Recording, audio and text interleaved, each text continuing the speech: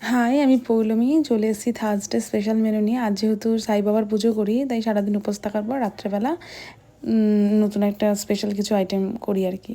তো তার জন্য আজকে প্রেশার কুকারে দিয়ে দিলাম জল, কারণ আজকে এক সিদ্ধ ভাত বানাবো। তো জল গরম হতে তার মধ্যে নুন দিলাম, নুনটা জলটা একটু ফুটে আসলে মানে সামান্য, তারপরে গোবিন্দভোগ চালটা তার মধ্যে ঢেলে দিয়েছি। আর আগে থেকে সবজি কেটে রেখেছিলাম, ওই কুমড়ো, আলু, গাজর আর একটা পটল। বলে নাকি 3 সবজি দিতে নেই, তাই পটলটাও দিয়ে দিয়েছি।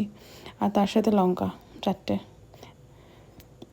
তারপর প্রেশার কুকারের ঢাকনা আটকে ওটা 2টো সিটি দেওয়ার মতো রেখে দিলাম। আর এদিকে বেগুনটাকে কোট করে ভাজবো বলে তার জন্য একটা ব্যাটার রেডি করে নিয়েছি। তার মধ্যে দিয়েছি কর্নফ্লাওয়ার, চালের গুঁড়ো আর সুজি। তো ওই 3 চামচ করে দিয়েছি। তারপর ওর মধ্যে দেবো হচ্ছে নুন, হলুদ, লঙ্কার গুঁড়ো, সব দিয়ে ভালো করে মিক্স করতে হবে। সুজিটা একটু টাইম নেবে মানে ওটা ফর্মেশন হতে, তো ওইটুকু টাইম একটু ভিজিয়ে রাখতে হবে সবটা দিয়ে আর কি। তো তারপর কালো জিরে দিয়েছি, আর কাঁচা লঙ্কা কুচিও দিতে পারেন, আমি আর লঙ্কা কাটিনি, ওই শুকনো লঙ্কার গুঁড়োই সামান্য দিয়ে দিয়েছি। তারপর ভালো করে মিক্সড করে নিয়েছি।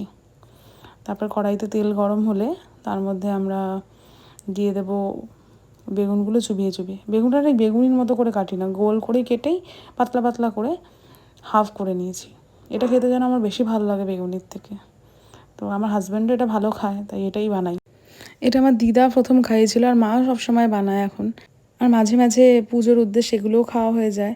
মানে ফেনা ভাত তো ঘি দিয়ে মানে একদম স্বর্গের সুখ পাওয়া যায়। আর আমিষের দিন হলে একটু ডিম সেদ্ধ হলে ভালো হয়, আর নিরামিষে এটা দিয়েই জমে যায়।